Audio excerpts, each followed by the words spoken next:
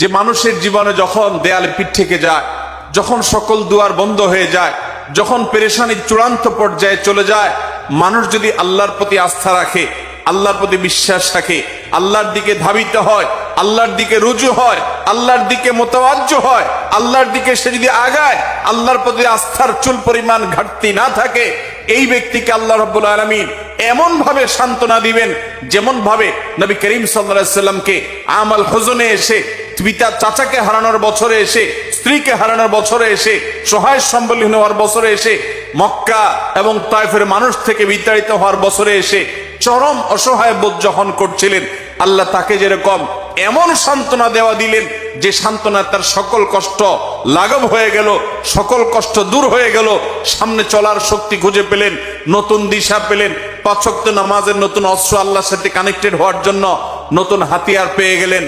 তাকে যেরকম আল্লাহ তাআলা সান্ত্বনা দিয়েছেন, মেরাজের ঘটনা আমাদেরকে শিক্ষা দেয়, আমাদের জীবনে যত বিপদ আসুক, যত পেরেশানি আসুক, আমরা আল্লাহর দিকে রুজু থাকবো, আল্লাহর দিকে ধাবিত থাকবো। আল্লাহ রাব্বুল আলামিন আমাদের সমস্ত পেরেশানি দূর করবেন, সমস্ত বিপদ দূর করবেন, আমাদের প্রতি রহম করবেন এবং আল্লাহর কুদরত আমরা দেখতে পাবো ইনশাআল্লাহ। আল্লাহর উপরে আস্থা রাখবো তো ইনশাআল্লাহ। আল্লাহ তাআলা কোরআনে কারীমে বলেছেন, ওয়া মান ইয়াতাওয়াক্কাল আলাল্লাহ ফাহুয়া হাসবুহ। যে ব্যক্তি আল্লাহর উপর তাওয়াক্কুল করবে, যে ব্যক্তি তাওয়াক্কুল করবে হাক্কা তাওয়াক্কুলিহি, যথাযথভাবে তাওয়াক্কুল করা, আল্লাহ তাআলা তার জন্য যথেষ্ট হয়ে যাবেন।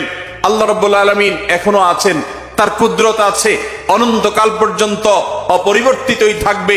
আল্লাহ রাব্বুল আলামিনের সেই আল্লাহ তাআলার সেই কুদরত যদি আমরা দেখতে চাই, আমাদের প্রয়োজন হলো সবর, আমাদের প্রয়োজন ধৈর্য, আমাদের প্রয়োজন অটল, আমাদের প্রয়োজন অবিচলতা, আমাদের প্রয়োজন আল্লাহর উপরে আস্থা এবং ভরসাকে পূর্ণ মাত্রায় ধরে রাখা। আল্লাহ তাআলা আমাদের সবাইকে সেই তৌফিক দান করুন।